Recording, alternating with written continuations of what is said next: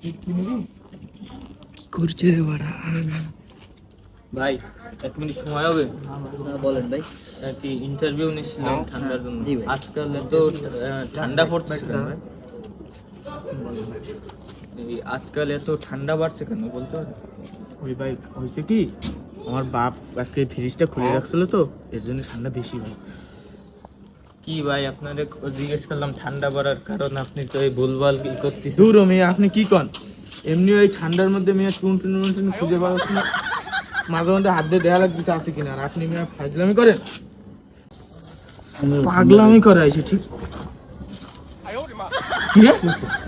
আছে আছে দেখবি ও না।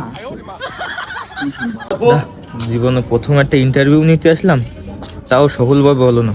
না, আবার প্র্যাকটিস করতে হবে ইন্টারনেটে দেখে।